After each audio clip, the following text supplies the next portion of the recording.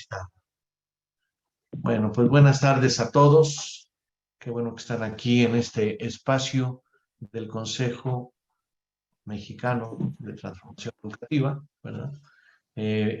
Para este evento previo al cuarto Congreso Internacional de Transformación Educativa que estaremos realizando del 29, 30 de septiembre y 1 de octubre en la ciudad de Toluca, en el Hotel Radisson.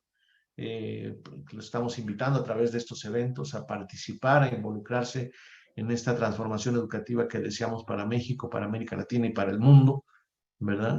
Para Costa Rica también, y para Colombia, para todos los países. Por eso es un congreso internacional. Los antecedentes de este congreso y de los invitados que hoy van a estar con nosotros, que ya están aquí con nosotros, en octubre de 2011 se crea el Consejo de Transformación Educativa como una institución alternativa. Una aspiración del Consejo de Transformación Educativa es ser el sustituto de la Secretaría de Educación Pública en una nueva etapa nacional. Y por eso estamos tratando de construir, tenemos ya una serie de proyectos de transformación. Hicimos nuestro primer congreso internacional en 2013 en Ixtapan de la Sal, fue muy exitoso. En 2015 fue el segundo congreso en Tlaxcala, también con mucho éxito, y hemos tenido grandes invitados. Ahorita creo que estuviste en Tlaxcala también, si no mal recuerdo, ahorita. Después, en 2015 fue 2013 en Ixtapa, en 2015 en Tlaxcala y 2017 el tercer Congreso Internacional de Transformación Educativa en Veracruz, que también estuvo ahí ahorita con nosotros. Y pues somos ya un equipo consolidado que ha trabajado, ya cumplimos 10 años en octubre pasado, vamos por el cumpleaños 11 en el próximo octubre. Y habría que mencionar algunas otras cosas importantes, como que en 2016 tuvimos el primer seminario europeo latinoamericano de transformación educativa, ¿no? en Leipzig, Alemania, con impulso del Consejo de Transformación Educativa. Y en 2018 tuvimos el primer Congreso Mundial de Transformación Educativa en Nápoles, Italia. Entonces, un movimiento que pues ha ido creciendo. Ahora tenemos una serie de iniciativas. A través de estos congresos hemos publicado ya más de 35 libros de producto de estos congresos. Entonces, bueno, son libros digitales, pero libros con su ISBN, muy bien formados. Ha sido una labor muy importante. Y tenemos también la revista Educación Creadora. Y estamos desarrollando también el colegio de certificación, reconocimiento, acreditación y validez de estudios y saberes como una alternativa, el rebase, reconocimiento de validez de saberes y estudios por parte del Consejo de Transformación Educativa como una alternativa al REVOE, al Registro Oficial de Validez de Estudios, un reconocimiento oficial de validez de estudios.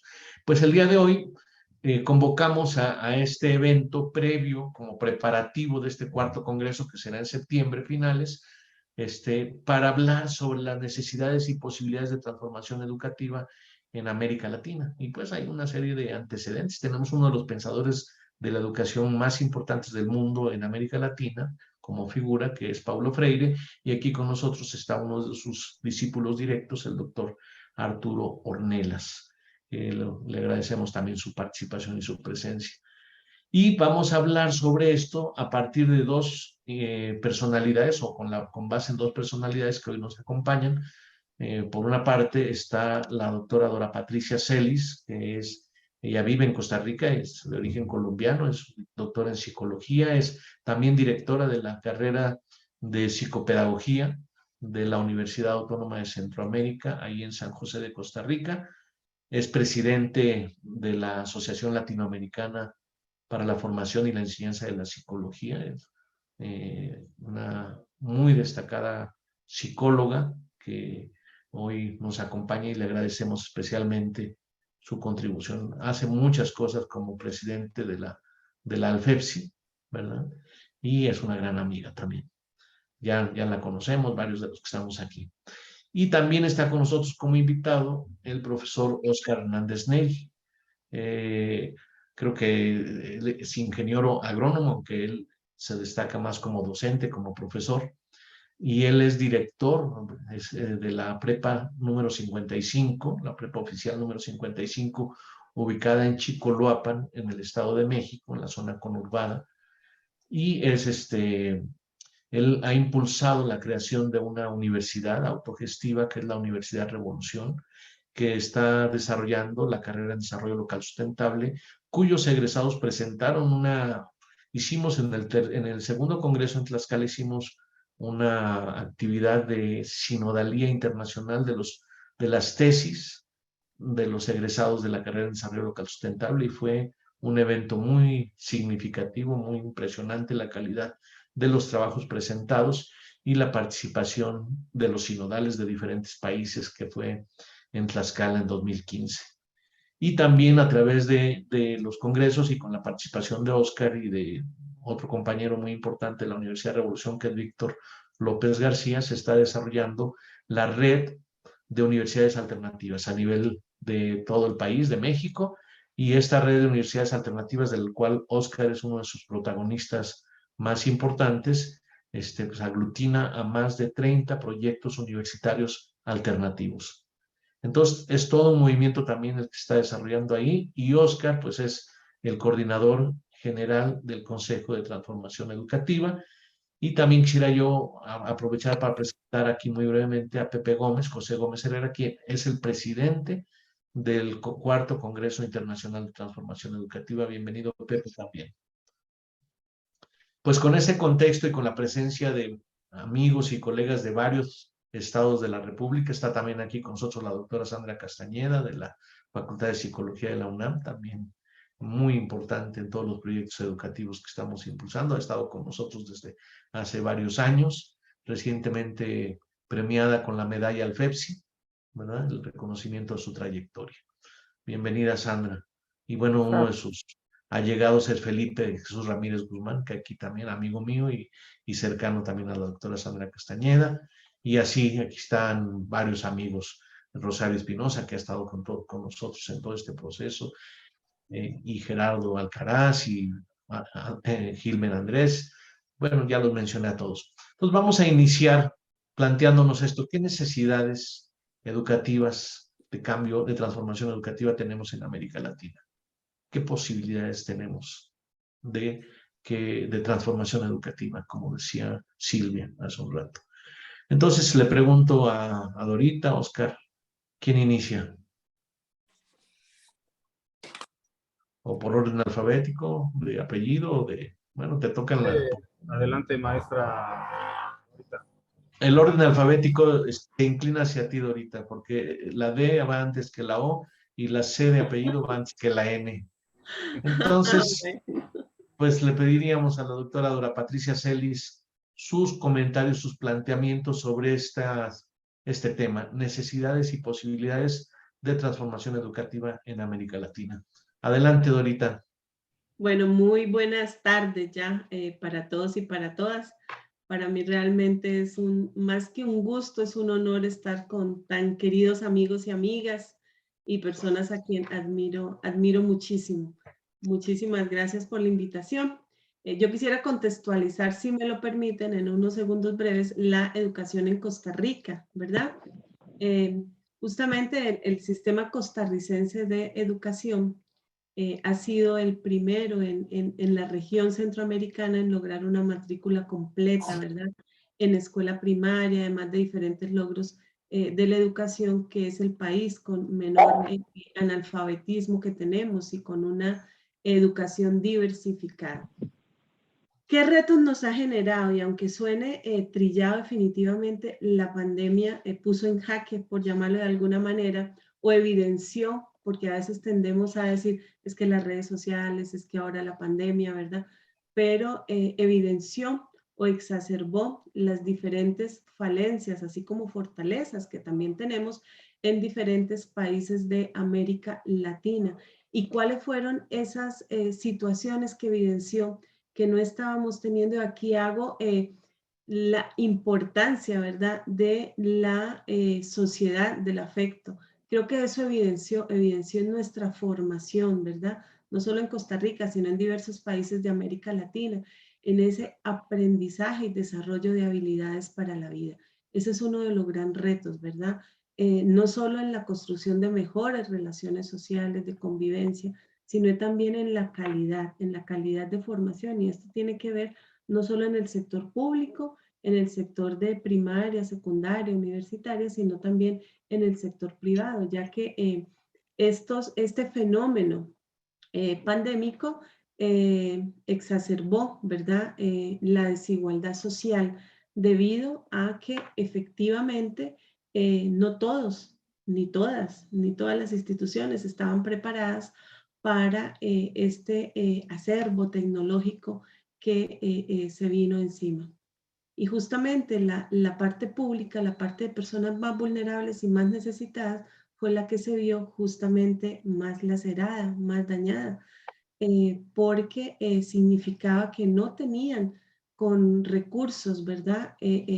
Muchas veces ni humano debido también a la formación de sus padres y mucho menos tecnológicos para poder salir adelante de esta crisis educativa que generó una crisis sanitaria. Justamente hoy nos levantamos en Costa Rica con la noticia de que las pruebas FARO, no sé qué nombres reciban en México, sé que en Colombia se llama ICFES, o se llamaba IFES cuando vivía ahí, las que avalan el título de bachiller, las quitaron debido a que se dieron cuenta que la mayoría de estudiantes no estaban capacitados, no había tenido una equidad en su formación para poder salir exitosos de una prueba FARO. Entonces, que serían totalmente injustos si el gobierno seguía manteniéndola. Y el Ministerio de Educación Pública ayer derogó la aplicación de estas pruebas que eran ahorita en un mes y las otras en noviembre. Entonces, esa es una consecuencia de las debilidades encontradas y el cisma que se dieron cuenta que existía en la educación o en la formación a personas vulnerables.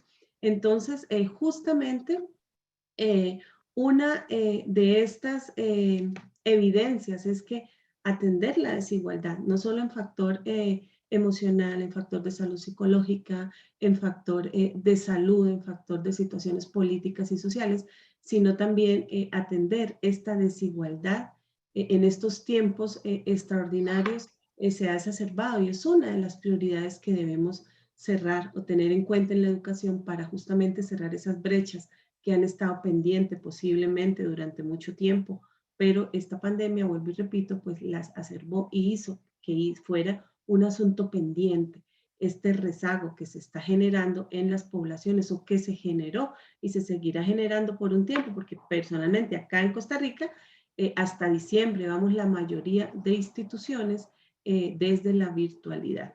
Eso ha minimizado y ha minado efectivamente la calidad. Por más esfuerzos que se hagan a todo nivel, no podemos cerrar los ojos. Entonces, ¿qué retos tenemos? Invertir más en presupuesto, capacitar más a los profesores. La imagen de los profesores, al menos en esta ocasión, se ha venido demeritando, ha venido a ser suplida no de la manera correcta por los padres y por madres que no estaban preparados. Entonces, este es un problema educativo urgente de atender. Capacitar, una mayor inversión para tecnología, una menor vulnerabilización de las personas con menos recursos económicos. Y se urge justamente más centrar esa formación en ese fortalecimiento del pensamiento crítico, ya que es una forma de liberación del ser humano en una sociedad que deba tener menos estereotipos. Entonces, así pues, la parte o las personas encargadas en la educación deben ser y deben convertirse en transformadores. Por eso me encanta el título o el nombre de transformación educativa. Creo que entre la transformación educativa y la sociedad del afecto vienen tocando muchos puntos álgidos que se han venido descubriendo que debemos fortalecer a través de esta nueva ola, por llamarlo de alguna manera, o esta nueva responsabilidad frente a la educación en América Latina. Realmente implica que todos vivamos un proceso donde la dinámica dialógica se realice, donde estén en un nivel mucho más fortalecidos, no solo de pensamiento crítico, de tecnología, de compromiso social, de compromiso político, de compromiso ético. Eso generalmente no está permeando la mayoría de factores implícitos en un currículo y se debe volver en un requisito indispensable para esta práctica de educación transformadora. Hay una frase de Paulo Freire que dijo en su libro que nunca termina uno de sacarle aprendizaje en la pedagogía del oprimido. Si me lo permite, lo voy a leer textual. Dice, la narración cuyo sujeto es el educador, quien conduce a los educandos a la memorización mecánica del contenido narrado. La narración lo transforma en vasijitas, en recipientes que deben ser llenados por el educador. Yo creo que durante estas situaciones nuevas de la educación está dejando en claro que ese método de llenar, de que el educador sea el único objeto activo en los procesos de transformación educativa, no se podrían llamar educación transformativa porque justamente sería únicamente una formación de llenar de conocimientos a un chico o a una chica que no pueden ser críticos, que no pueden ser transformadores y que simplemente estarían replicando los errores o los aciertos de quienes los están formando. Y lo que necesitamos ahora justamente es que todas esas planes de estudio, que todas esas acciones extracurriculares complementarias le den ese valor analítico, ese valor crítico, ese valor de compromiso, permeado justamente por un pensamiento de compromiso con sus pueblos. A veces los preparan para otros países, los preparan para otras situaciones hipotéticas y por eso las sociedades a veces no se transforman, no avanzan. Entonces yo creo que esto es muy importante. No se puede ignorar la formación ética que no se da en un curso. La formación ética, el compromiso, la sensibilidad con los pueblos se da justamente en una formación y en una educación donde se permeen los factores anteriormente mencionados. Entonces, ¿qué otros retos tenemos aparte de los que hemos mencionado? Es enseñar, ¿verdad?, a estos niños, a estos jóvenes, a adaptarse a los diferentes cambios. Si algo nos ha mostrado es que quienes han logrado salir adelante es esa adaptación al cambio, esa actitud transformadora de situaciones complejas, es esa capacidad de ser solidario, de gestionar su tiempo, esa resiliencia, la solución de conflictos, para que permita, pues, evidentemente, adaptarse a diferentes grupos de trabajo, entornos, esa capacitación docente, también en evaluaciones diferentes de aprendizajes. Mucho se habla, pero poco se lleva a la práctica. Entonces yo creo que esta situación nos pone en un punto, yo diría que con mucho optimismo, porque se evidenciaron muchas de las falencias que tenemos o que tienen también los formadores de diferentes instancias desde primaria, secundaria y universitaria, ¿verdad?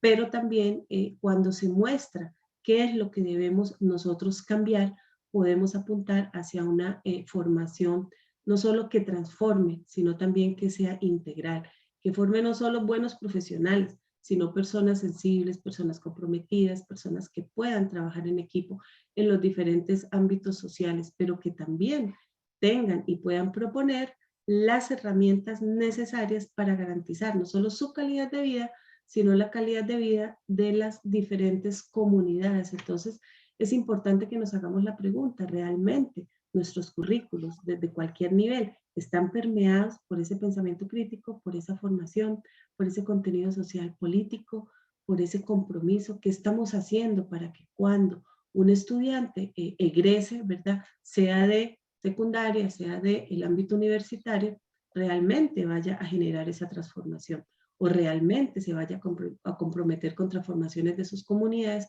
o que realmente pueda trabajar en equipo?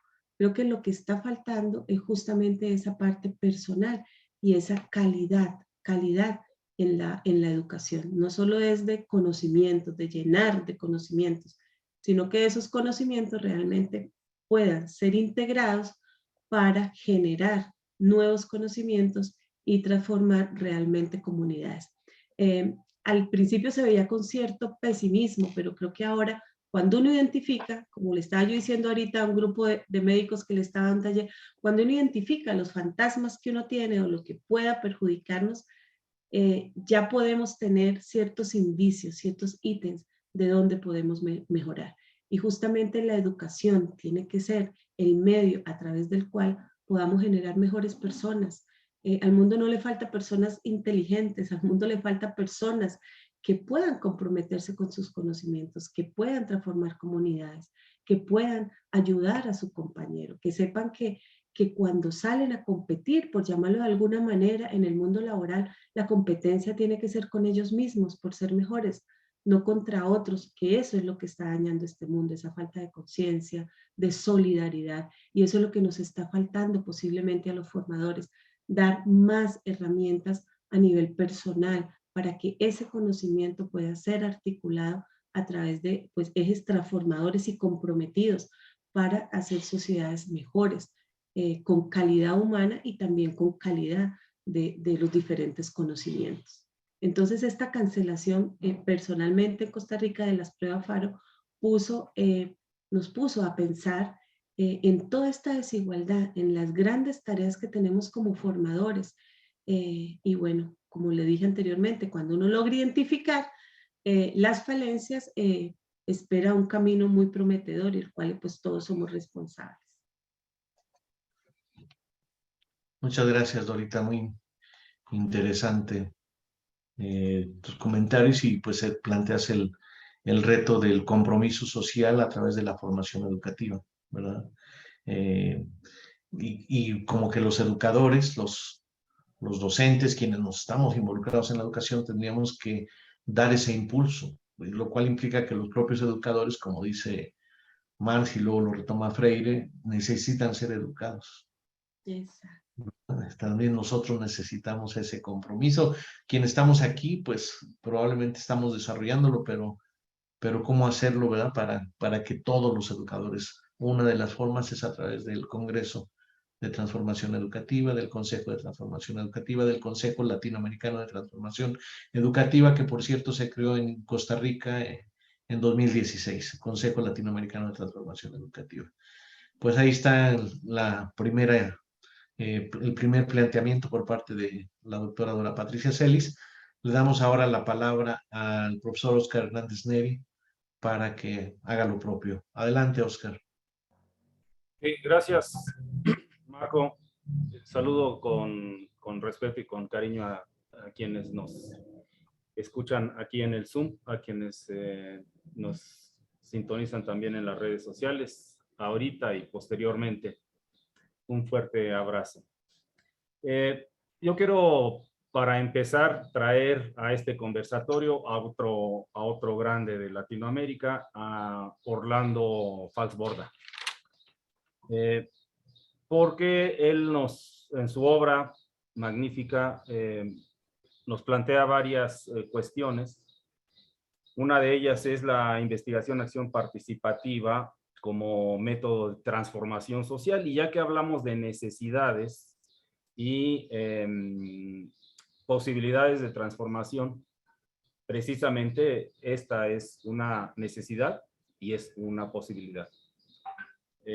La investigación en la acción, en el movimiento, en nuestra práctica cotidiana, la construcción y producción de conocimiento me parece, el reto formidable que tenemos todas y todos aquellos que nos ostentamos como educadores o que estamos involucrados en esta praxis, en esta actividad social, ideológica y actividad también ambiental. Entonces, Falsborda nos plantea la investigación-acción participativa como método de transformación social, política y cultural, donde el investigador, que puede ser el profesor, es activista. Eso es muy, muy importante y creo que quienes nos hemos involucrados en el activismo social, podremos comprender esto con mucha claridad. La investigación-acción participativa es una práctica de vida, no es solamente una actividad para hacer una tesis o para generar puntos escalafonarios en el Sistema Nacional de Investigadores o para obtener puntajes específicos en la Universidad X o para que sea publicado un trabajo. No estoy demeritando en ningún momento este trabajo, pero cuando la investigación, acción se convierte en nuestra práctica cotidiana, por supuesto que es una forma de vivir. En la investigación, acción participativa no hay un objeto como tal, no hay un objeto formal, es un permanente vínculo entre objeto y sujeto, y sujetos. Se puede conocer uno a sí mismo y conoce a otros, y se conoce junto con otros. Es un proceso entonces de objetivación de sí mismo, en donde se despliegan los procesos de emancipación. Es me parece, recurso central de la propuesta de Falsborda. Hay muchos otros autores, pero él en particular lo documenta y nos lo presenta con mucha viabilidad. En tiene una virtud, se valora el saber popular. Se puede valorar aquel conocimiento no necesariamente nacido, salido de las universidades, de los textos, de los libros. También el saber popular, el saber comunitario, cosa que nos han enseñado al menos en las universidades donde yo he participado, por donde he pasado, nos enseñan a despreciar. No sirve el conocimiento X si no está validado científicamente, si no está sujeto a determinadas pruebas, a determinados estándares, a determinadas virtudes y características, esto que Adorno le llama la veridicción de la ilustración. Entonces es además un proceso de reflexión sistematizado.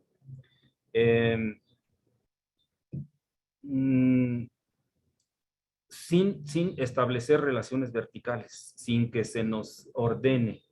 Haz esto, piensa esto, determina esto, establece tal hipótesis, sujétate a tal protocolo, entrégame resultados, en fin, estos procedimientos que ocurren cuando se asesora a los tesistas, se hacen investigaciones y que están sujetas a determinados protocolos y estándares. Orlando Falsborda en su obra retoma vocablos, categorías, alegorías, sentir, pensares. Por ejemplo, el Casilladú, que lo trae de los grupos amazónicos, que quiere decir el despertar, el nuevo amanecer, la salida del sol, y que así como en aquellos pueblos, los mexicanos tenemos el calpulli, tenemos el tequio, la mano vuelta, la comunalidad y otros. ¿Podrías, por favor, decir el significado para quienes no son mexicanos? Claro. El calpulli es una forma de organización en comunidad para producir en la milpa, para resolver los problemas comunitarios. El tequio es las jornadas de trabajo realizadas colectivamente para la producción, para mover un árbol, para levantar una edificación necesaria para la comunidad. La mano vuelta, yo te presto hoy mi mano de obra para invertir mi tiempo junto contigo y el día de mañana tú inviertes tu tiempo junto conmigo en la solución de algún problema. Son categorías comunitarias, sentir, pensares, tradiciones, saber popular, saber ancestral. Así, el Casilladú. Interesantísimo porque Borda plantea que es una manera de encarar la la reconstrucción de la sociedad que está en crisis en una perspectiva, la democracia raizal. La democracia que va a la raíz. Algunos dicen radical, me parece hermoso escuchar que es la democracia raizal y luego agrega que es la democracia raizal ecológica. Con la democracia raizal y su socialismo raizal, está criticando la teoría europea del socialismo y está agregando esta otra partícula importantísima que muchos en Europa lo han soslayado, que es la dimensión ecológica, la dimensión ambiental, este contacto, esta urgencia de conectarse y armónicamente con la naturaleza, con los ecosistemas, con el ambiente. Y considero que el ambiente no es estrictamente los arbolitos, el campo, la vegetación, como suele comprenderse. El ambiente, dice Enrique Leff, y coincidimos con él, es la falta incolmable del conocimiento, una vez que se ha reconocido. Bueno, la democracia raizal que propone Falsborda es acá en México,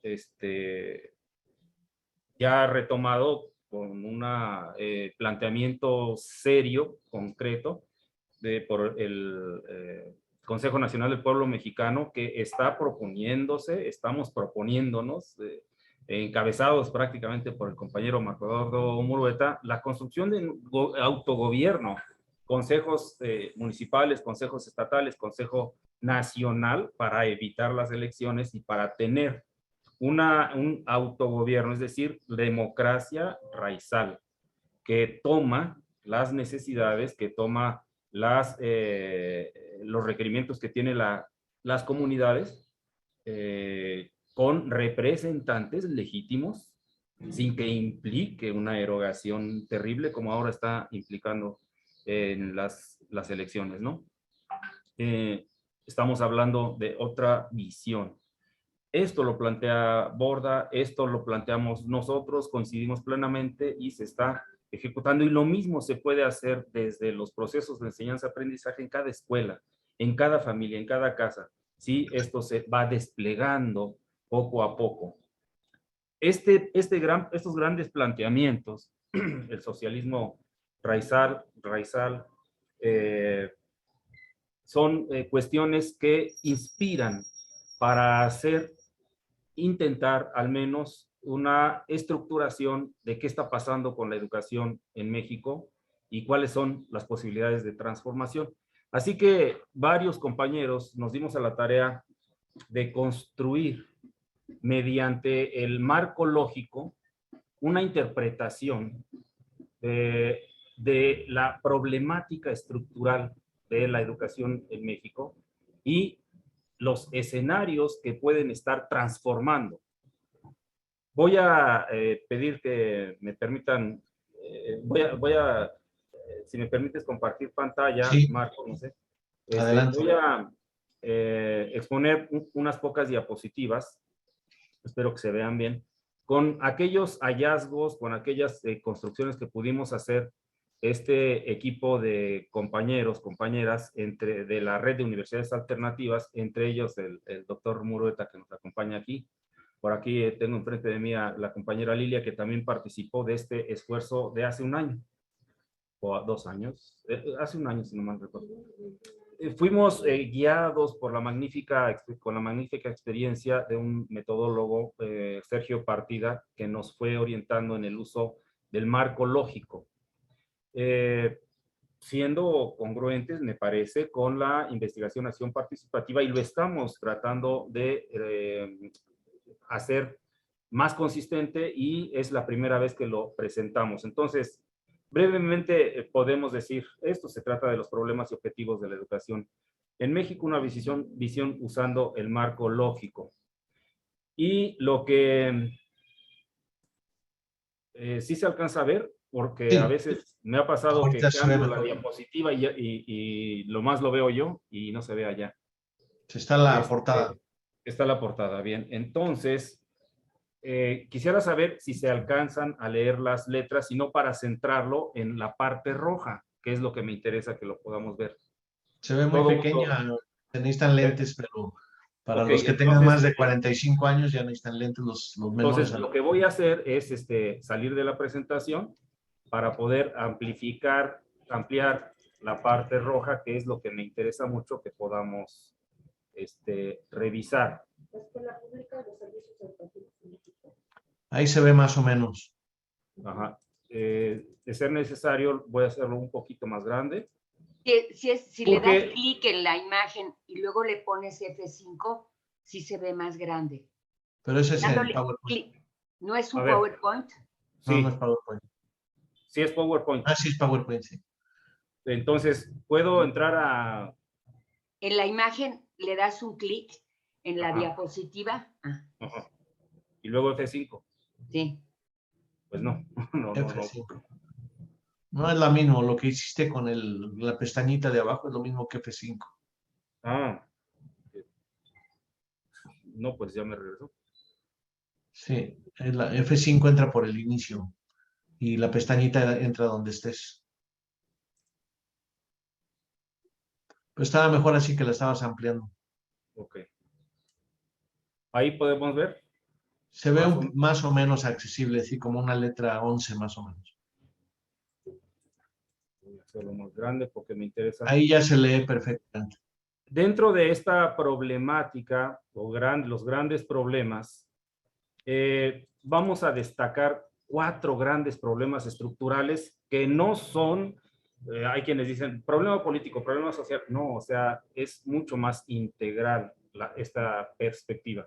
Y decimos, el primer problema central que vamos a tratar de interpretar en sus causas y sus efectos es la escuela pública y los servicios educativos en México, empobrecidos por regímenes económicos, políticos, históricamente impuestos con corrupción e intereses de grupos de poder. Hay una historia de corrupción, hay una historia de predominio de una clase que tiene a la escuela pública y los servicios educativos empobrecidos.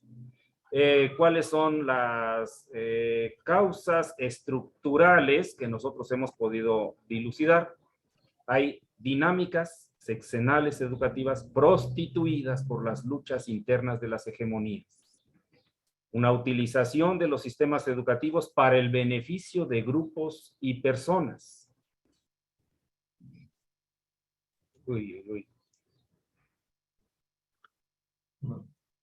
Ya cambié de... Permítanme.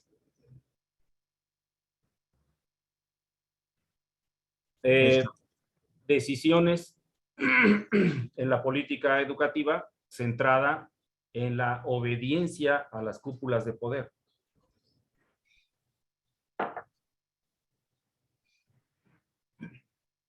Imposibilidad de los sistemas educativos nacional y estatales para realizar proyectos más allá de la inmediatez. Magisterio precarizado, infraestructura y cobertura educativas insuficiente y pobre. Determinación de procesos curriculares en la medida de los tiempos laborales asalariados. Este es un aspecto que me interesa resaltar porque hoy acabamos en Chalco de tener un evento del movimiento magisterial mexiquense y coincidimos muchos maestros en que la medida del trabajo educativo es el salario. Tantas horas clase, ya cumpliste tu trabajo, es que tu trabajo educativo es que ya cumpliste tu jornada laboral. Y entonces el salario aparentemente compensa la actividad educativa y viceversa, la actividad educativa depende de cuánto salario. Entonces, todo tasado en horas clase, todo tasado en salario, por supuesto que es una dinámica ajena a una perspectiva educacional.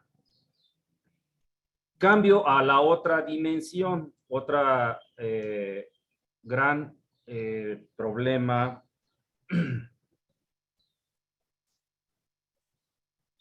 otro gran problema central.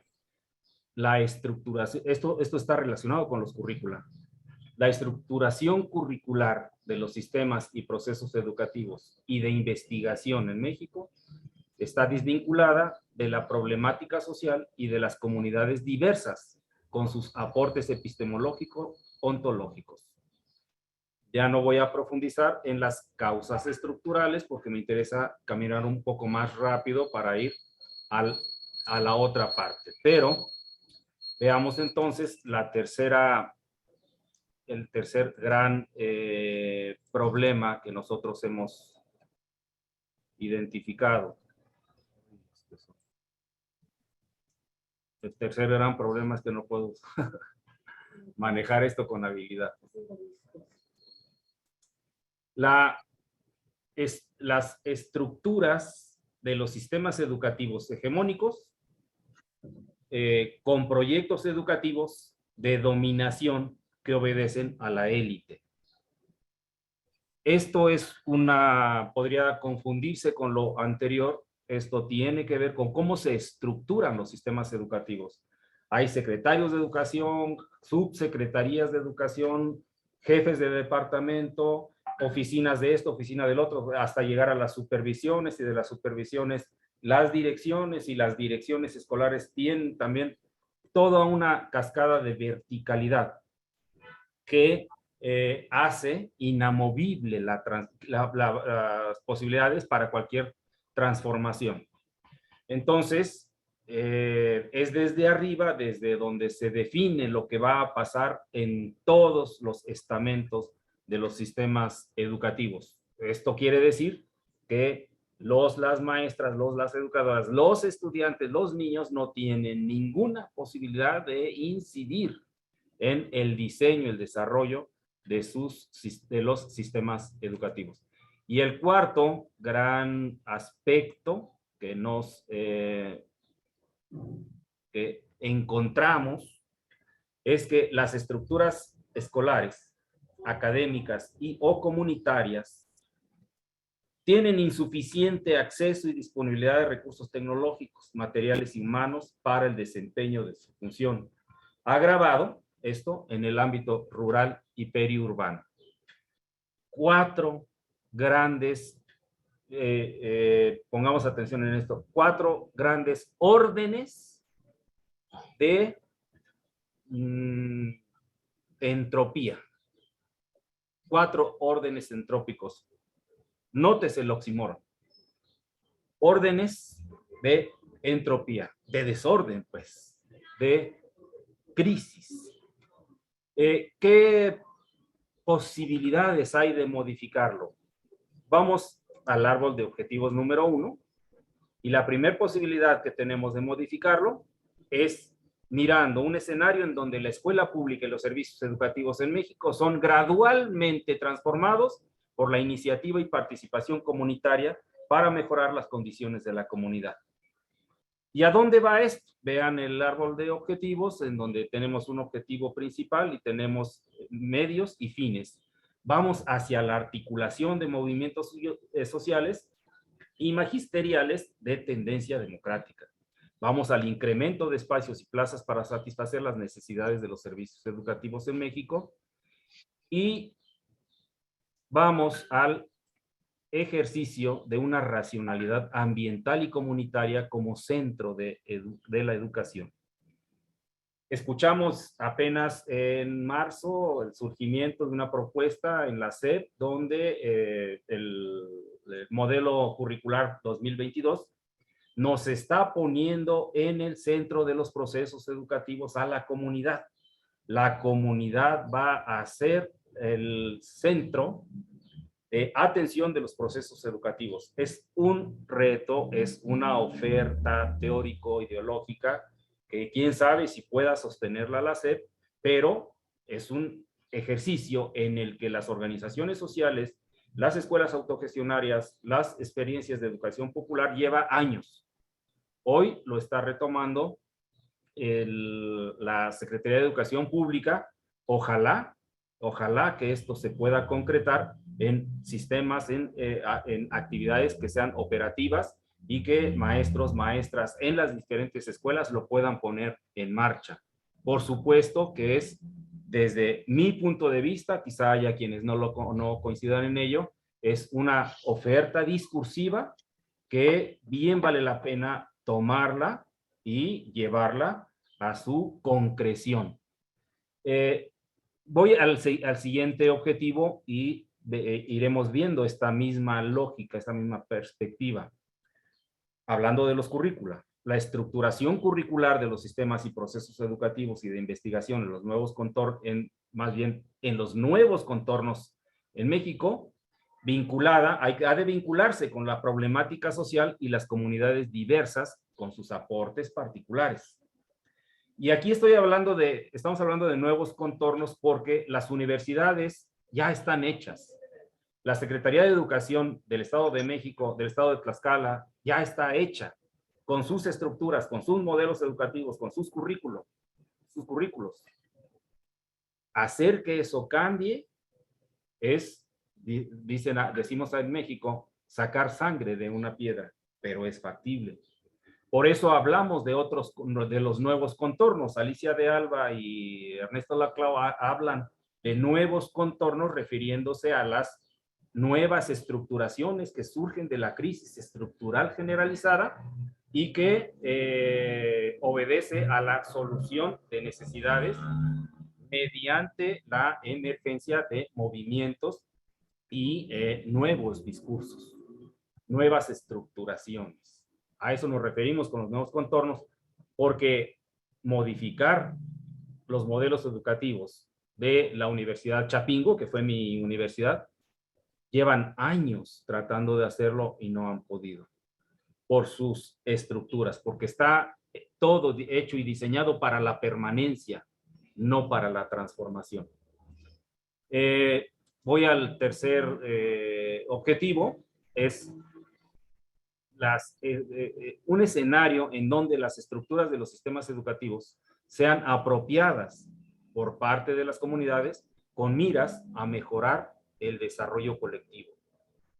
El mercado laboral, el mercado de trabajo, lo que pasa en el escenario internacional, ¿es lo que debe guiar a las escuelas? Sin duda sí, pero también lo que pasa en las comunidades.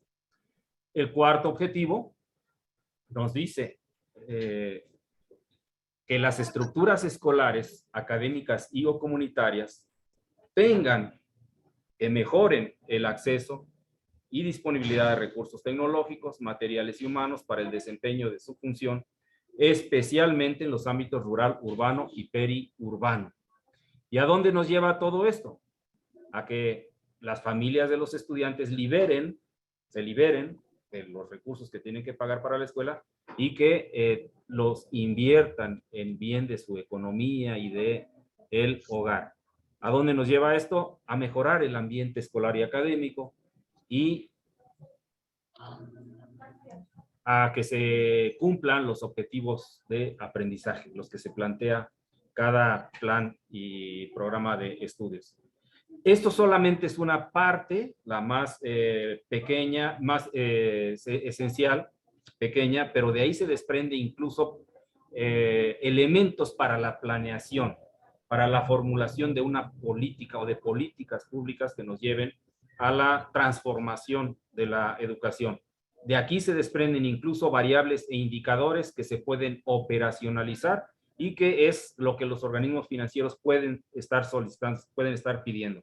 Independientemente de ello, a nosotros nos ha interesado tener una interpretación más o menos estructurada, una interpretación más o menos integral de lo que está pasando con la educación y cómo es posible que nuestras acciones específicas, al crear escuelas, al dar clases, al administrar una institución, al generar políticas públicas, nos lleven a una transformación. ¿Cuál es esa transformación que se necesita? La comunitarización. Todas nuestras heurísticas, todas nuestras autogestiones, todas nuestras perspectivas de transformación educativa se han de encaminar a resolver lo que no ha podido resolver el sistema educativo y aquí está de alguna manera plasmado utilizando el marco lógico y haciendo investigación, acción participativa para tejer otras redes de entendimiento, otras redes de comprensión, descolonizar nuestra forma de mirar la educación y caminar en la emancipación y en la descolonización de nuestra educación. Gracias. Pues muy interesante, Oscar. Coincides con Dorita en la parte del compromiso de la escuela con la comunidad. Sin duda. Y ya traes todo un planteamiento a través de este ejercicio del marco lógico de cuáles son los lineamientos, las líneas por los que hay que seguir esto. Me llamó mucho la atención esto de la investigación, acción comunitaria, ¿no? Y la recuperación de saberes no formalizados todavía a través de esta investigación, acción, como si los docentes y los estudiantes fueran también investigadores y actores de los procesos comunitarios, y ahí tiene que ver un poco lo que hablas del tequio, ¿no? Y de esta comunitarización, le llamas, que es pues muy interesante. Ahí hay un concepto que no utilizaste hoy, pero que tiene que ver un poco con lo que estás planteando, que es el de autogestión curricular, y que en mi caso ha llevado a plantearme pues que no se llame ya currículum, que se llame campo de posibilidades educativas, para romper esa especie de línea de producción que ha sido el currículum en la escuela. Pero bueno, ese es un primer comentario. Les agradecemos pues obviamente a los dos expositores y abrimos el diálogo. Tenemos un tiempo razonable para hacer un buen diálogo aquí entre muchas de las personalidades que están formando parte de este auditorio. Y creo que Gerardo Alcaraz desde Quintana Roo quiere ser el primero. Adelante, Gerardo. Sí, muchas gracias. La verdad que me siento muy contento por estos espacios. Creo yo que hay mucha experiencia y también creo que debemos de proponer cosas muy concretas. Ahorita quiero referirme a lo que sería la pandemia de la pedagogía, lo que nos dejó como aprendizaje esta pandemia. Si todos recordamos, en esta pandemia los niños tomaban clases de manera digital. Entonces yo quiero hacer una propuesta muy concreta para que hagamos una plataforma digital y que se pueda socializar, no nada más aquí. Por ejemplo, yo en este tiempo de pandemia estuve revisando algunos contenidos y clases que se daban de manera digital. Por comentarles, hay clases que se dan a 5,000 pesos y que es a nivel internacional. Por ejemplo, conozco un coach que sus clases les da 50,000 pesos y tenía más o menos un promedio como de 100 personas. Entonces hice mis cuentas y dije, bueno, ¿cómo es posible que una persona que maneja todo un tema a nivel internacional sobre coach tenga, está bien, es su trabajo y demás?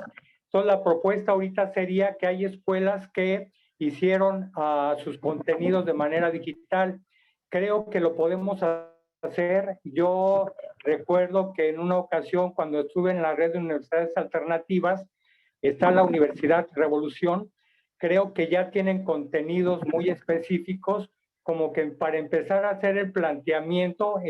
Yo, por ejemplo, aquí en el estado de Quintana Roo, me gustaría hacer este proyecto o anteproyecto pedagógico de trabajo comunitario.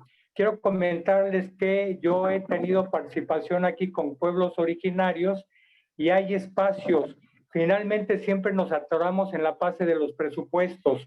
Siempre cuando se hace una propuesta pedagógica, siempre si es que no tenemos espacios, y es que vamos a pedir. De verdad, aquí hay centros de educación comunitaria en donde están libres, están vacíos. Por ejemplo, se puede hacer un convenio aquí en Quintana Roo para que aterrizamos todos los contenidos de algún tema de licenciatura o a nivel técnico, y ya para hacerlo, ¿no? Eso sería en relación a educación para adultos. Por ejemplo, estaba leyendo yo ahorita que hay como 38 millones de personas de analfabetas, según la UNESCO, en América Latina. Entonces creo que deberíamos de empezar con una propuesta, pero no como se hace a nivel de la CEP en México, sino como una propuesta pedagógica de Paulo Freire. Yo estuve trabajando 10 años en el Instituto Nacional de Educación para los Adultos, y en una ocasión que invitamos al maestro Paulo Freire, según nosotros adoptamos la palabra generadora, y él llegó y nos dijo, discúlpenme que les diga, pero eso no es Paulo Freire. ¿Por qué? Porque reforzando lo que dice nuestro compañero Oscar Hernández, siempre las propuestas se dan de arriba hacia abajo.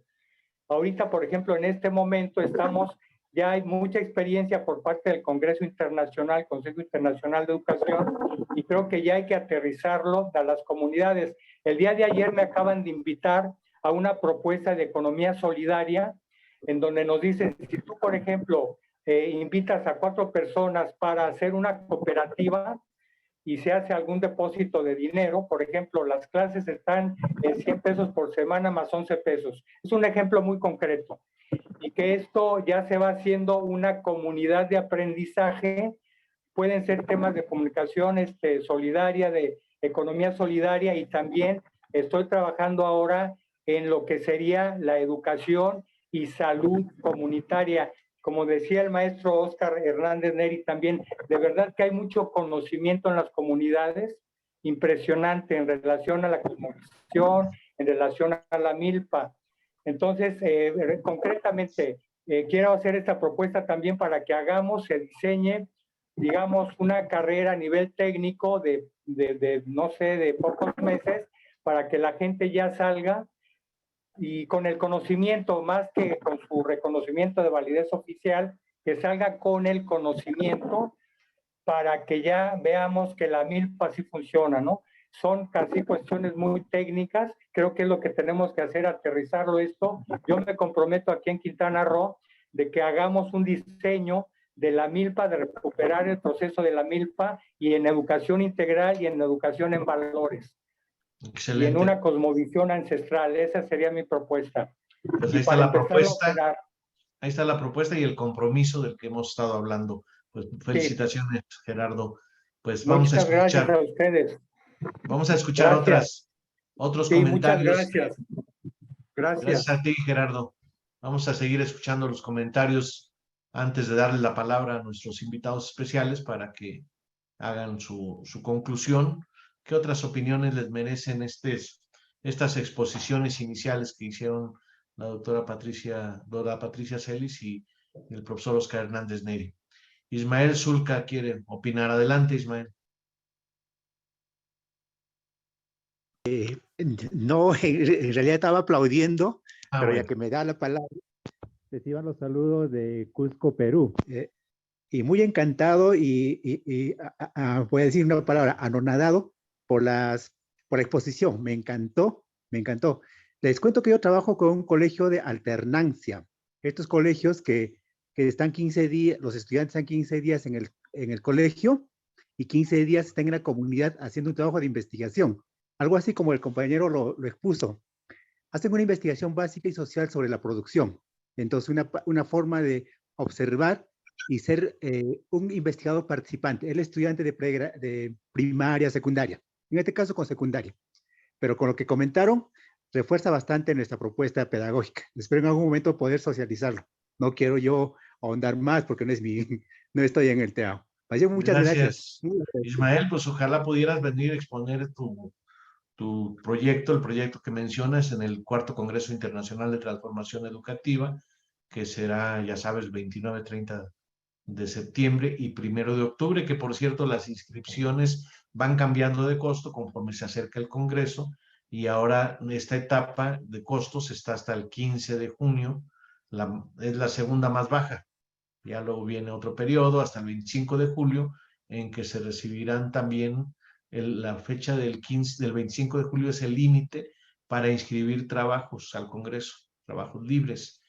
Entonces, están todos invitados y les pedimos su apoyo también para promover la participación de mucha gente en este Congreso, que será presencial en Toluca, en el Hotel Radisson.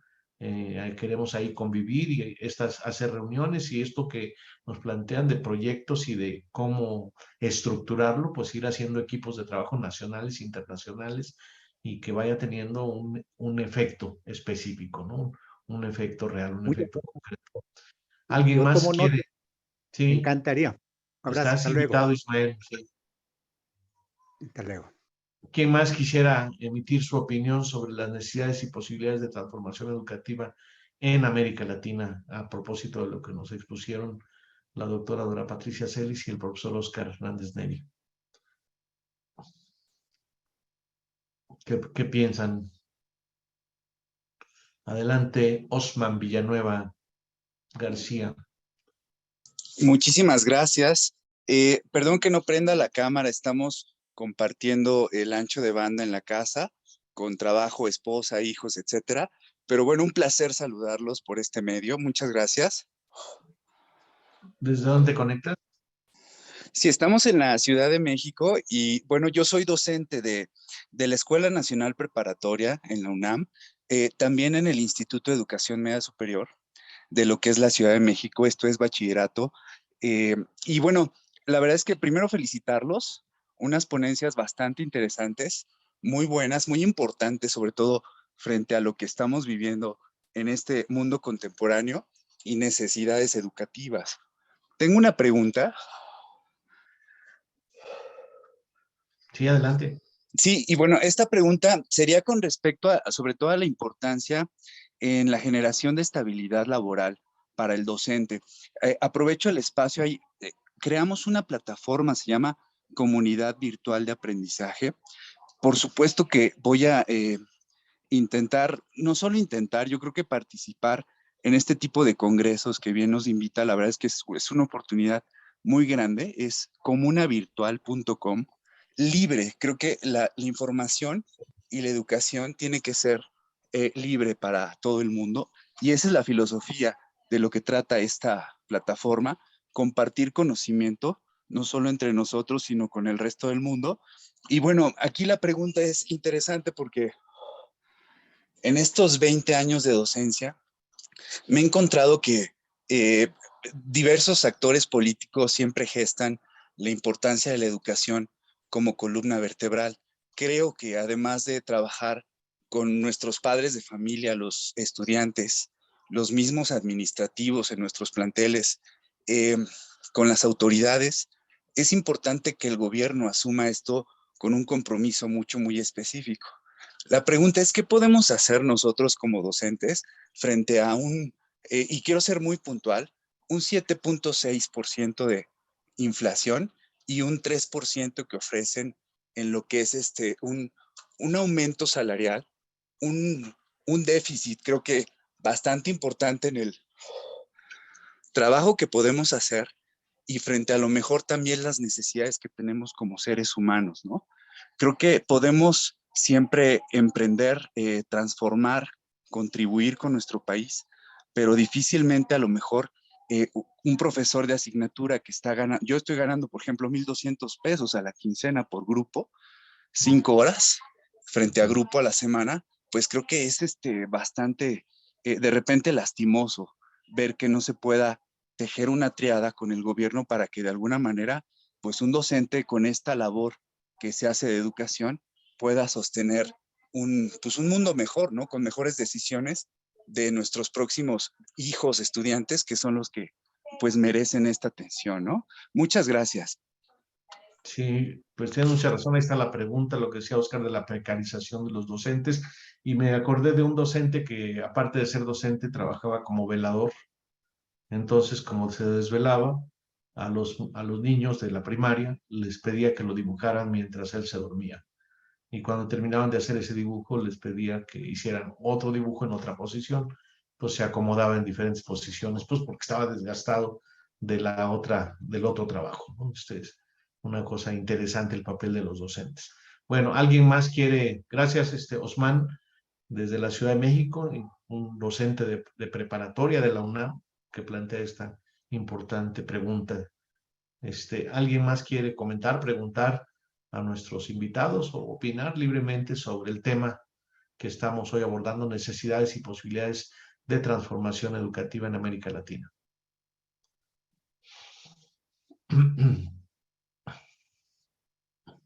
Están un poquito tímidos hoy. A ver, ¿quién dice yo? Tenemos todavía unos minutos más.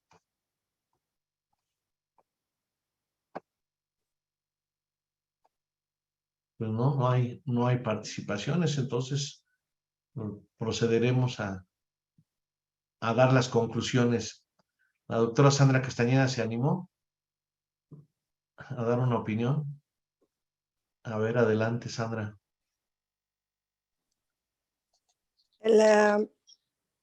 No estoy sorprendida, pero sí estoy muy gratamente impresionada de la riqueza de las propuestas que hoy se me antoja hacer talleres de trabajo para que nos enriquezcamos unos a otros con las propuestas, que no se vean como ha sucedido. Con el paso de los años hay muchas propuestas que se han quedado en el cajón del escritorio de cada uno de nosotros, que dicen cosas muy importantes, que dicen cosas muy necesarias, pero que nadie las lleva a cabo. Entonces la idea es proponer hacer foros de trabajo inter y multidisciplinario para dejar esos enclaves, esos encajes tan dañinos que no han hecho avanzar estas y esas otras propuestas que se han hecho a lo largo del tiempo en beneficio de los niños, en beneficio de los docentes, en beneficio de las mismas instituciones. Era, además de dar el agradecimiento y las felicitaciones a los dos ponentes, proponer si es posible que hiciéramos estos foros. Unos foros en donde no nada más vamos a presentar, sino vamos a construir. Gracias, Marco. Gracias por alentar este tipo de evento académico y social. Sí, pues gracias a la doctora Sandra Castañeda, y ella es propulsora de la agencia académica y como propulsora dice, pues seamos agentes, empecemos a instrumentar, ¿no? Y entonces formar equipos de trabajo, ¿no? Para poder darle realidad a las propuestas y no solamente decirlas, sino decir, aquí está, un poco lo que ya decía también Gerardo Alcaraz de Quintana Roo, vamos ya a hacerlo, ¿no? Así es. Tiene que ver con esto de ser agente, ¿verdad? No estar esperando que un gobierno o alguien lo haga, porque parece que no lo van a hacer. Nos quedaríamos esperando toda la vida. Así bueno, es. ¿Alguien más quiere hacer Muchas gracias, doctora Sandra Castañeda. ¿Alguien más? Dice Alfonso Carrero, se habló de la sociedad del afecto, o entendí mal. ¿Podrían explicarlo? No sé si se habló de la sociedad del afecto, que es un proyecto que estamos desarrollando y que ahorita seguramente Oscar en su intervención hará comentarios al respecto. Y hay más personas que trabajan aquí con el proyecto de la sociedad del afecto. Omar, ¿quieres comentar, preguntar algo? ¿Cuál es el nombre de la plataforma? Sí, Pregunta Gerardo Alcaraz. La plataforma, pues estoy poniendo ahí transformación educativa en el enlace, en donde estamos vinculados con todo esto. Adelante, Omar. Es que Gerardo Alcaraz mencionó una plataforma que ellos están empezando a utilizar o que están poniendo a disposición, una plataforma que mencionó Gerardo. Pero él mismo es el que pregunta, se pregunta a sí mismo cuál es el nombre de la plataforma. Entonces, pienso que se refería a la plataforma del Consejo de Transformación Educativa, donde está todo lo referente al Congreso, al cuarto Congreso. No, es una plataforma que comentó el compañero anterior que trabaja en la UNAM. Él dijo que tiene una plataforma, creo que educativa. Ah, sí, bueno, antes de dar la palabra a Omar, ¿nos podrías decir, cómo se llama? Osman. ¿Nos podrías decir a qué plataforma te referías? Claro que sí, es Comunidad Virtual de Aprendizaje. La dirección, ahorita la pongo en el chat, pero es comunavirtual.com. Y un espacio donde estamos intercambiando estrategias, aprendizaje, evaluación, no solo a nivel bachillerato, también es licenciatura, posgrado. Vamos a incorporar en la básica también. Y bueno, la intención, les decía, filosofía, educación libre y gratuita para todo, ¿no? El mundo, y pues poder compartir proyectos sobre todo. Muchas gracias. Se articula también con lo que dice la doctora Sandra Castañeda y Gerardo. Omar, tu intervención, tus comentarios, tus preguntas, ¿cuáles serían? Omar de la Rosa. Creo que se quedó congelado, Omar. No, ahí está. ¿Qué tal? Buenas tardes. ¿Me escucho bien? Sí, ya te ves muy bien, sí. Ah, perfecto. Pues buenas tardes. Siempre es un gusto escuchar al profesor Oscar Neri. A mí me surge una inquietud. Intentaré ser muy breve y claro. Primero contextualizo. Yo estoy de acuerdo en este término de que hay que promover la formación de hombres, mujeres, jóvenes, niños, ¿no? Comprometidos con su entorno, con los demás, etc. Michael Lapple en un libro hace una diferencia entre un sujeto comprometido y un sujeto que cumple, ¿no? Y los sujetos que cumplen, bueno, es lo que han estado haciendo con nosotros en esta educación, como ahora le hemos llamado neoliberal, ¿no? Mientras que se ha ignorado la formación de sujetos comprometidos. Bajo este entendido, viene ya mi pregunta, mi inquietud.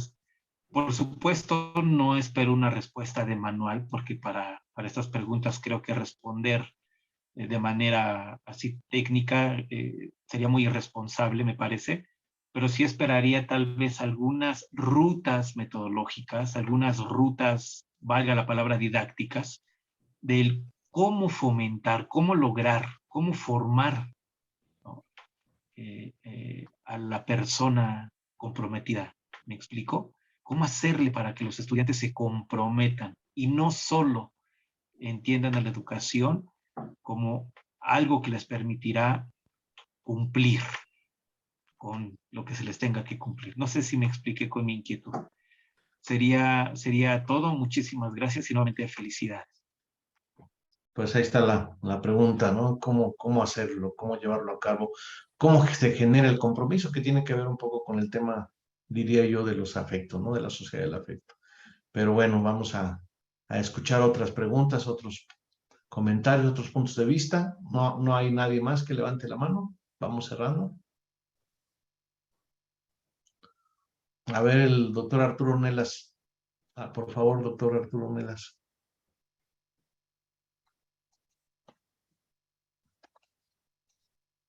Está cerrado el micrófono todavía, doctor. Ya, creo ahora que sí. ya esta cosa ya funciona. Bueno, primero que nada, sin duda alguna, las dos personas que hicieron las presentaciones desde su ámbito y desde su momento histórico fueron estupendos, realmente excelentes, muy enriquecedores. Conozco con mucha cercanía el trabajo de Oscar y su equipo, y me parece que ya esta síntesis que se empieza a alcanzar está muy bien estructurada. Por otro lado,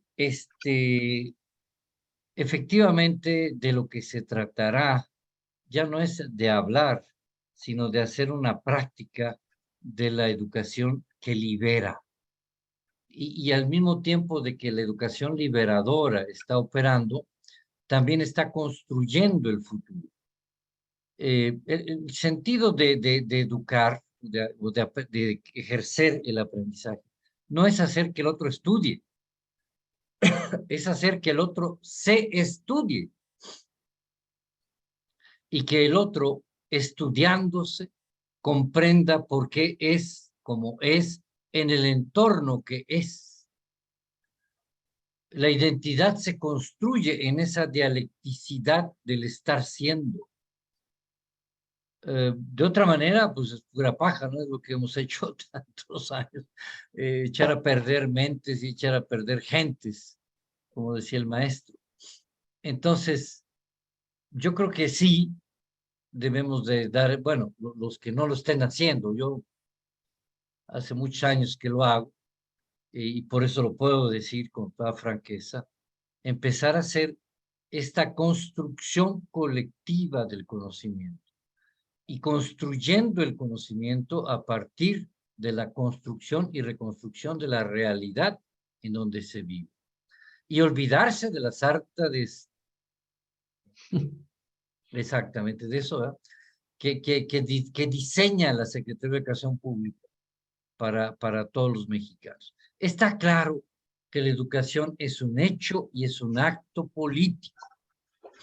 Y que por lo tanto, cuando entramos en el hecho político, es porque estamos entendiendo por qué vivimos la esclavitud que vivimos. Y cuando hacemos entonces el entender el hecho político, pasamos al acto político. Y ese acto político es liberador, no hay de otra, es liberador. Ahora, esa liberación obviamente va a ser contenida, atajada, reprimida o directamente suicidada por el miedo, el pánico de que los esclavistas pierdan su capacidad y su poder de esclavizar. Lo estamos viviendo en este país muy claramente, digo, el que no lo ve porque está ciego. Entonces yo creo que más bien hay que insistir ya en eso, hay que insistir ya en eso. Se pueden encontrar temas maravillosos en las ciudades. Mucha gente me dice, eso está bien para los grupos indígenas, para los grupos campesinos. No, ni más palomas. Eso está muy bien para el DF, para Polanco, para la colonia Roma. No fastidien, para las lomas. No, es otra cosa. Es realmente perder el miedo y ganar la valentía de la libertad. Y esto se gana solamente haciendo libertad, no aprendiendo de la libertad. Eso no, hay que hacerla. Por eso a mí me encantó la exposición de nuestra compañera de Costa Rica, cuando ella sueña, se ve que ya está pensando cómo el sindicato, los profesores o donde ella da clases, las licenciaturas de psicopedagogía, se puede hacer esto. Yo le diría, la única manera de que se pueda hacer esto es así. Y obviamente el trabajo de Oscar, que me parece genial, ya está muy expurgado, está muy trabajado al detalle de las múltiples posibilidades que tenemos en áreas urbanas o en áreas rurales o otras para poder trabajar hacia ese estado libertario. Muchas gracias. Gracias, doctor Arturo Ornelas. Ahorita escuchándolo se me vino a la mente la frase, ¿cómo nos deshacemos de la Secretaría de Educación Pública en México? ¿Cómo nos deshacemos de los ministerios de educación en todos los países que parecen estar aprisionando, ¿no? la formación educativa esencial? Como decía Pablo Freire, parecen estar destruyendo a las generaciones y son pocos los que se van salvando de esa destrucción. Interesante. Lo voy a poner en el Facebook. ¿Cómo nos deshacemos de la Secretaría de Educación Pública? A ver qué comentarios recibimos. Bueno, seguiría Alfonso Carballo. Sí, muchas gracias.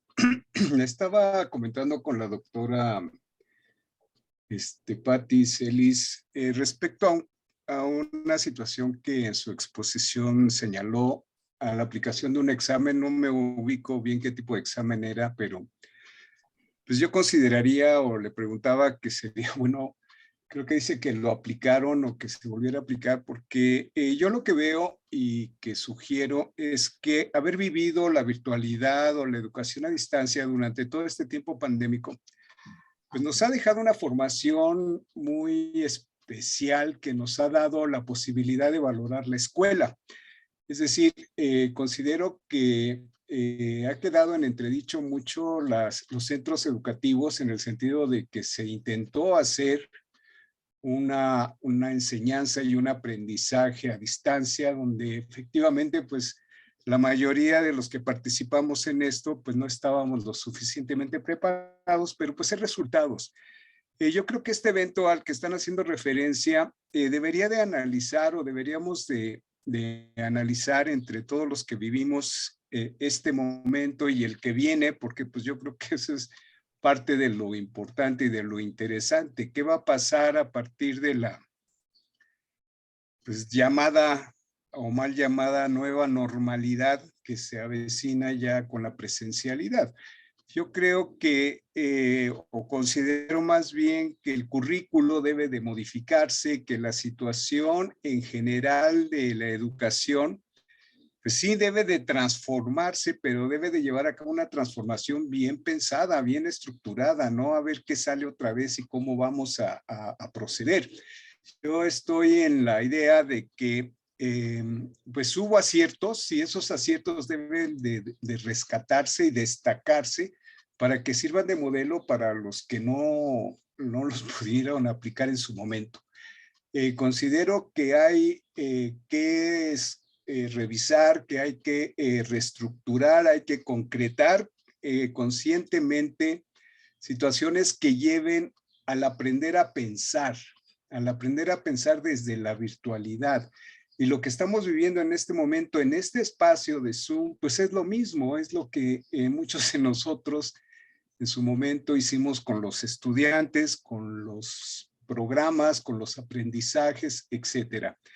Por último, me inclino a pues, proponer también, como lo hizo una de las maestras que me antecedió, creo que la maestra Castañeda, si no mal recuerdo, pues sí, específicamente delimitar algunos talleres, algunas actividades concretas que nos permitan darnos cuenta de en dónde estamos, ¿no? Y yo sí sería de la opinión que pues las evaluaciones se deben de seguir dando y precisar exactamente dónde están los aciertos y dónde están las debilidades para que se puedan pues directamente, pues vamos a decirlo así, resolver. Y por último, creo que efectivamente el contextualizar el aprendizaje, ese compromiso social. Por eso preguntaba sobre la sociedad del afecto, no me queda muy claro ese proceso de conceptualización, pero sí creo y estoy convencido que hay muchas virtudes, muchas ventajas que se han dado y que a las que tenemos que prepararnos, a las que tenemos que destacar y rescatar. Muchas gracias. Gracias, Alfonso. Pues también muy interesante planteamiento. Y en el Congreso vamos a hacer talleres y reuniones de trabajo también para poder desarrollar muchas de estas cosas. Entonces, los seguimos convocando a participar presencialmente en el Congreso. Vamos a dar el cierre de esta sesión, pidiéndole primero a la doctora Patricia Celis que nos dé sus conclusiones de esta tarde y después al profesor Oscar Hernández Neri, y ya después les decimos el siguiente evento de esta serie previa al Congreso. O antes de, ¿quieres hablar, Rosario, antes de que hable Dorita?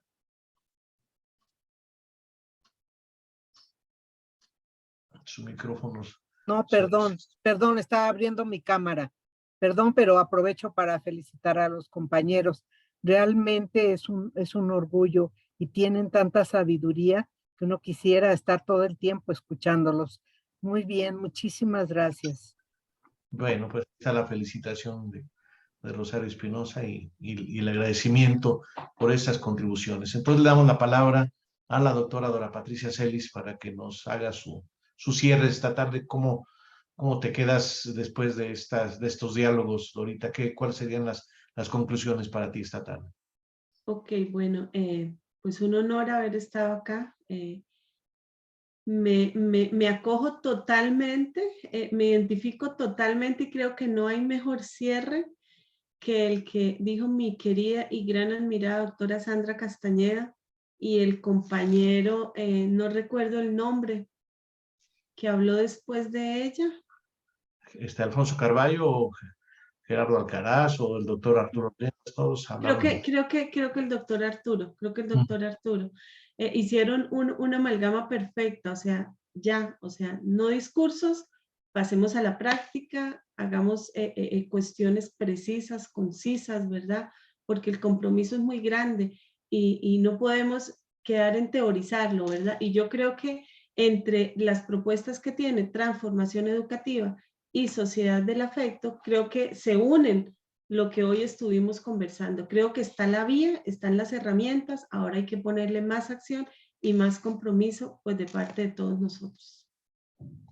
Gracias, Dorita. Pues contaremos contigo entonces en las reuniones del Congreso para ir articulando todo esto. Ya sabemos, ya estás confirmada gracias a la invitación y el apoyo que tuvimos por parte de la doctora Rosario Espinosa. Sabemos que estás confirmada y que te tendremos aquí también impartiendo, por cierto, un taller, ¿no?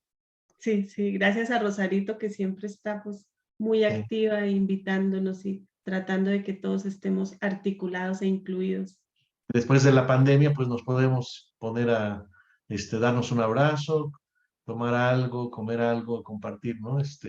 Ahí Ay, sí. ya ¿Cómo tenemos se extraña eso? más de 2 años que no nos reunimos presencialmente, así es que va a ser muy bonito esa parte también. Bueno, pasamos entonces a darle la palabra al profesor Oscar Hernández Neri para que nos diga sus palabras de conclusión de esta tarde. ¿Con qué te quedas, Oscar? ¿Cómo ves lo que se ha dicho, además de lo que tú dijiste? Bueno, contando también lo que tú dijiste, las preguntas que hacen, los comentarios que hacen los participantes, la doctora Patricia Celis y los demás participantes. ¿Cómo lo conjugarías? Sí, primero me siento agradecido con quienes han hecho comentarios halagüeños me parece muy alentador. Gracias por sus buenos comentarios, por sus comentarios halagüeños. Quiero poner énfasis en las palabras y preocupación que se siente en el compañero Oscar Villanueva. Él nos dice cómo conseguir la estabilidad laboral, cómo las educadores, cómo los maestros tenemos estabilidad laboral. Es que sin estabilidad laboral, ¿a qué cosas se puede aspirar? Sin un ingreso, ¿cómo poder vivir? ¿Cómo poder mantener nuestra perspectiva de seguir trabajando y entregarse a la causa educativa? Y si se trata de una causa de transformación educativa, todavía mucho más exigente. ¿Qué hacer frente a esta condición? El compañero Osmar está poniendo el dedo en la llaga. Es una llaga abierta, porque no es otra cosa más que la contradicción entre la opresión y la emancipación. Si dependemos de la Secretaría de Educación salarialmente, tenemos que subsumirnos a lo que nos diga el director, lo que nos diga el supervisor o el inspector, lo que nos diga el jefe de departamento, el subjefe el director, el subdirector, el subsecretario, el secretario, el gobernador y el presidente. Así es como está diseñada el sistema educativo y también su sistema salarial, tasando el tiempo como si estuviéramos en una fábrica, en la industria, en donde tanto produces, tanto se te paga, o tantas horas de trabajo por tanto salario. Esta lógica eficientista, productivista, esta lógica, esta racionalidad económica también está en la escuela. Y tantas más horas trabajes, tanto más salario tienes. Y eso se equipara con educación. Ahora, eso se equipara con liberación. Eso está relacionado. Se puede tasar la emancipación. El trabajo emancipatorio se puede tasar con un salario. Por eso digo que es una llaga abierta.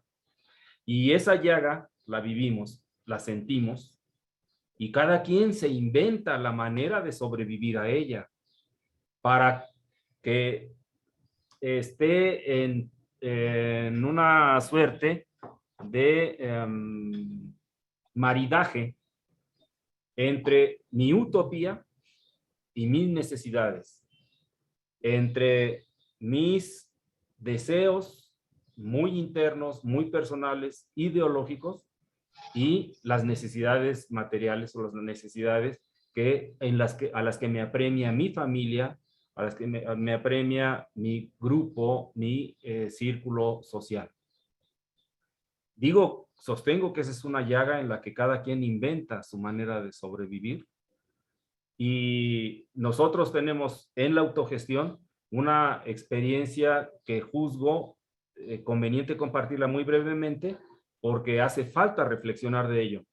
Los proyectos autogestionarios, la educación popular, las escuelas que hemos creado han generado una clase social de maestros privilegiados que tienen buenas condiciones de vida, pero que se distancian ya del compromiso, se distancian de la lucha social, se distancian, es más, se hacen ajenos y hasta desprecian la solidaridad y la lucha social, de donde surgieron sus plazas.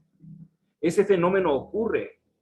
Las universidades, las grandes universidades han creado intelectuales, han creado investigadores que tienen las mejores condiciones y prestaciones salariales, pero son personas que ya no se les mira en un pueblo, no se les mira en una colonia, que ya no se les mira entregándose a resolver un problema comunitario, y tendrían todos los elementos para poder hacerlo.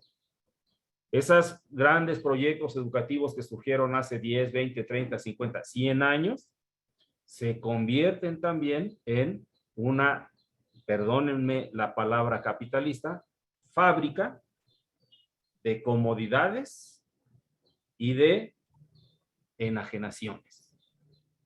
Entonces, vamos a ser críticos de esta situación y hay que pensarlo cuando estamos emprendiendo proyectos que también vamos a estar creando microclases sociales que se van a distanciar poco a poco de su propia causa. Naturaleza humana, nos hace falta un trabajo de otro tipo, por supuesto que sí. Esto es para la reflexión. Y voy a la otra pregunta, al otro cuestionamiento interesantísimo que nos hace Omar. Es agudo en su pensamiento pedagógico y qué bueno porque nos cuestiona. ¿Cómo formar a la persona comprometida? Para empezar, hay que preguntarnos si de veras la escuela forma, si de veras el maestro forma. Yo, maestro de matemáticas, tengo clases con los chicos de un grupo 6 horas a la semana durante un semestre. Pero la vida dura 75 horas, 75 años en promedio. ¿Qué tiempo voy a ocupar yo como para decir, yo ya formé al estudiante? A veces es una actitud, es un pensamiento arrogante que la escuela, que la universidad, que el maestro X forma. A mí me parece sensato pensar en este planteamiento que hace Ernesto Laclau de que el sujeto se constituye en la toma de decisiones, cuando toma decisiones. El sentido de la vida no lo tiene uno por sí mismo, la vida te lo otorga, como oportunidad o como sufrimiento, dice Víctor Frankl. Luego entonces, el sentido de la vida, la narrativa de la vida, el cronotopo, tiempos y lugares en la historia, el historial, la genealogía de cada quien. ¿Hasta qué punto es impactado realmente por la escuela? Por un maestro, por una materia. No seamos arrogantes. A mí me parece que hay que pensar de otra manera. Nosotros utilizamos el término cronotopo. Hay un cronotopo curricular que tiene perfectamente diseñado el tiempo. Un cronotopo kairoso, kairológico, que es aquellas emergencias, todo ese conjunto del clima, el conjunto de la circunstancia, y el cronotopo prospectivo, que ese sí es el tiempo nuestro, porque nosotros hacemos proyectos y traemos el futuro al presente, y nosotros entonces sí podemos producir posibilidades.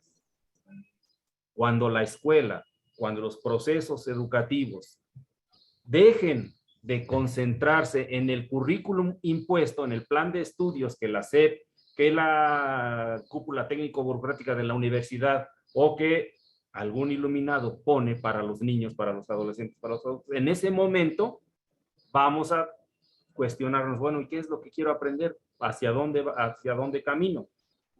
Es la autogestión curricular. Cuando autogestionemos nuestro camino, en ese momento nos vamos a enfrentar, nos vamos a dar cuenta de lo que no ha sido verdad, lo que me han estado mintiendo, lo que me han estado imponiendo. Por eso hablamos nosotros de la autogestión curricular como un grado adicional a la autogestión educativa, a la autogestión escolar. Porque el camino también se puede generar de manera autónoma, junto con los demás, junto con la comunidad.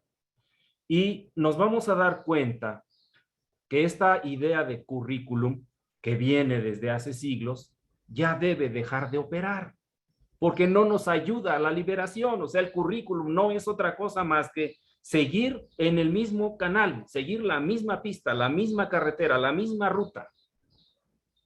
Cuando se nos destroce esta lógica, esa racionalidad, entonces nuestra mente se va a liberar. Y cuando no solamente pensemos, sino que también sintamos y aceptemos que sentimos, entonces va a haber otra lógica.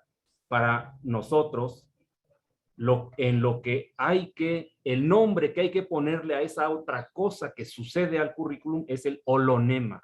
Holos, todo, nema, hebra, hebra del todo, un hilo del todo. Y el holonema es la cognición, los procesos cognitivos conectados al corazón, sentir, pensar, pero emocionada.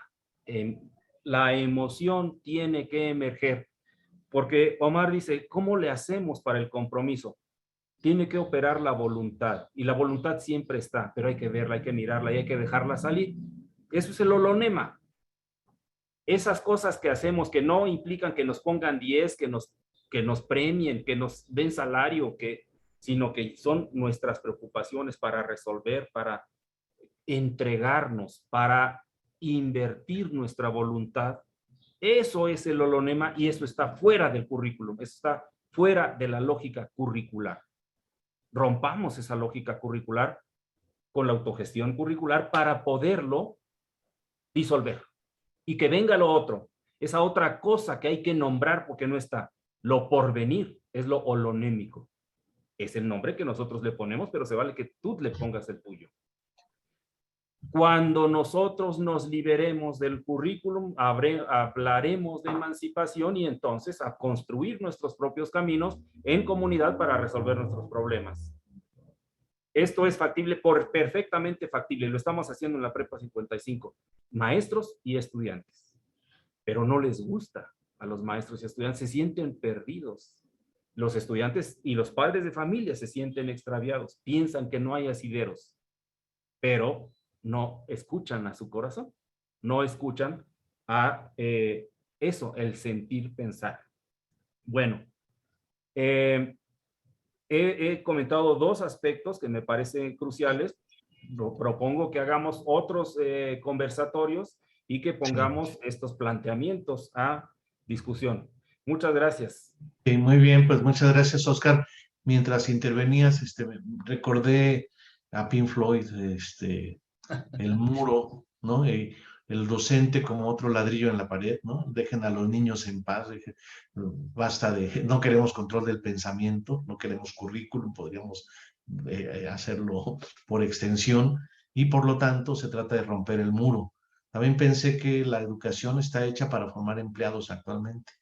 Cómo formar gente que sea autogestionaria, y eso ya es un cambio de modelos sociales, hay que tenerlo en cuenta, de que si pues estamos un poco lo que le pasó, decía Freineda, a la escuela nueva, ¿no? Con Summerhill, pues se ponían muchachos libres, niños libres, que luego salían de la escuela y se enfrentaban con una sociedad que era todo lo contrario de Summerhill, ¿no? Y así esa es la crítica de Freineda a la escuela nueva, de que prepara jóvenes que luego no encuentran cabida en la organización social. Y tercer punto que quisiera comentar para terminar esta sesión, la sociedad del afecto, que preguntaban. No, la sociedad del afecto. A mí me faltó, pero adelante, tú eres el maestro en esto. Bueno, es un proyecto que hemos ido generando bajo la premisa, y esto es otra clave de la educación, de que el problema de la sociedad, y desde el esclavismo hasta el capitalismo, es el individualismo, el inmediatismo, el no tener en cuenta a la comunidad, a los otros como parte de sí mismo, y ese inmediatismo pues nos lleva a una entropía, a una conflictividad, porque cada coche tratando de pasar y obstruyéndolo a los otros, y no hay una articulación, una vinculación de las actitudes. Entonces, el que logremos más que conciencia, más que conocimiento, logremos actitudes, vocaciones, integraciones, equipos, consensos, podría ser prioritario, porque se ha puesto demasiado el énfasis en el individuo, y la educación se piensa en el individuo. Nosotros estamos planteando también educación colectiva. Y por eso una de las cosas que estamos pensando en la educación es el tequio escolar, como servicio a la comunidad, porque entonces los niños, los jóvenes, se involucran, como decía Dorita, con la comunidad, hay afecto hacia la comunidad, y por lo tanto eso es la clave de una transformación civilizatoria. La civilización que hemos estado viviendo, occidentalismo, la civilización occidental, es individualista. Afortunadamente nosotros en México, en Mesoamérica, en América Latina, tenemos todas las herencias de los pueblos originarios que tienen esta vocación cósmica, comunitaria, con la naturaleza, y eso es lo que queremos impulsar con esta transformación educativa, por lo menos así lo vería yo. Y esto de la sociedad del afecto es crear condiciones para que nazcan los afectos, para la sensibilización de unos a otros. Y es un modelo social integral, con cuestiones económicas, educativas, culturales, políticas, sociales, para que se desarrolle esta generosidad en todo el mundo, porque la generosidad no es automática, no se genera por sí misma, o tanto el egoísmo como la generosidad pueden producirse dependiendo de cómo se dé el proceso de vida de las personas, ¿no? Entonces hay que crear condiciones para que los procesos de vida promuevan el surgimiento de la generosidad como máxima realización, diría el Che Guevara, del ser humano. Aquí decía el Che Guevara que cada quien sienta en lo más profundo de su ser cualquier injusticia contra cualquier persona en cualquier parte del mundo. Imaginen esa vocación generosa de Che Guevara, ¿no? Bueno, con esto quisiera agradecerles en particular a la doctora Dora Patricia Celis por su amable participación en este diálogo, y al profesor Oscar Hernández Neri. Les pido un aplauso para ellos dos, que nos han hecho toda esta convocatoria a pensar todas estas cosas. Así que un aplauso muy cariñoso, muy afectuoso. Bravo, bravo, bravo. Bravo. Claro que sí, bravo. Y les Bravo, quisiera... Marco, unas palabritas. Hoy es 10 de junio, se cumplen 51 años de un acto represivo de Estado tremendo en San Cosme. Los halcones habilitados para golpear a los estudiantes perpetraron una represión brutal, una masacre. En la Ciudad de México hoy se recuerdan estos 51 años. Para nuestros compañeros, compañeras de otros países, estamos recordando este cruel acto, esta barbarie que cometió un presidente que pues nunca se aceptó que fuera responsable, ¿no? Luis Echeverría. Solo para recordar. Gracias. Contra los estudiantes, esta masacre, o estudiantes universitarios, igual que el 68, que vivan los estudiantes, que viva la transformación educativa. Por eso, y los invitamos pues a mandar sus resúmenes para participar en el 4º Congreso Internacional de Transformación Educativa. Recuerden, fecha límite para mandar resúmenes, 25 de julio. Fecha para la segunda cuota más barata, 15 de junio. La tercera etapa será hasta el 25 de julio. Ahí están en la página, ya lo pusimos en el Zoom, todos los precios en dólares y en pesos mexicanos, dependiendo si es estudiante o docente. Y los quisiéramos invitar para el siguiente evento de esta serie hacia el 4º Congreso Internacional de Transformación Educativa.